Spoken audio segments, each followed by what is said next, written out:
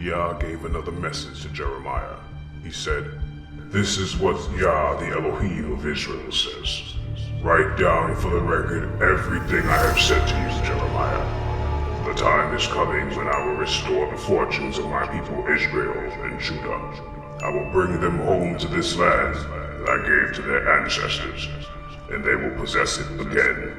I, Yah, have spoken." This is the message Yah gave concerning Israel and Judah. This is what Yah says. I hear cries of fear. There is terror and no peace. Now let me ask you a question. Do men give birth to babies? Then why do they stand there ashen-faced, hands pressed against their sides like a woman in labor? In all history there has never been such a time of terror. It will be a time of trouble for my people Israel. Yet in the end they will be saved. For in that day, says Yah of heaven's armies, I will break the yoke from their necks and snap their chains. Foreigners will no longer be their masters, for my people will serve Yah their Elohim, and their king descended from David, the king I will raise up for them. So do not be afraid, Jacob, my servant. Do not be dismayed, Israel, says Yah, for I will bring you home again from distant lands, and your children will return from their exile. Israel will return to a life of peace and quiet, and no one will terrorize them. For I am with you, and will save you, says Yah.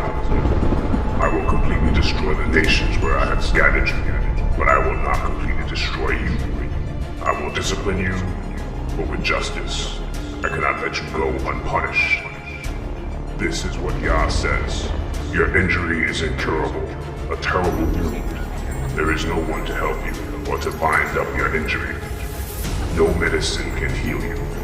All your lovers, your allies, have left you and do not care about you anymore. I have wounded you cruelly, as though I were your enemy, for your sins are many, and your guilt is great. Why do you protest your punishment, this wound that has no cure? I have had to punish you because your sins are many, and your guilt is great. But all who devour you will be devoured, and all your enemies will be sent into exile. All who plunder you will be plundered, and all who attack you will be attacked.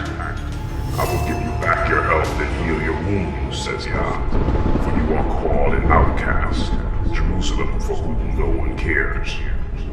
This is what Yah says.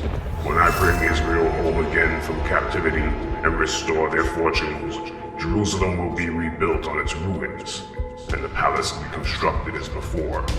There will be joy and songs of thanksgiving, and I will multiply my people, not diminish them. I will honor them, not despise them. Their children will prosper as they did long ago. I will establish them as a nation before me, and I will punish anyone who hurts them.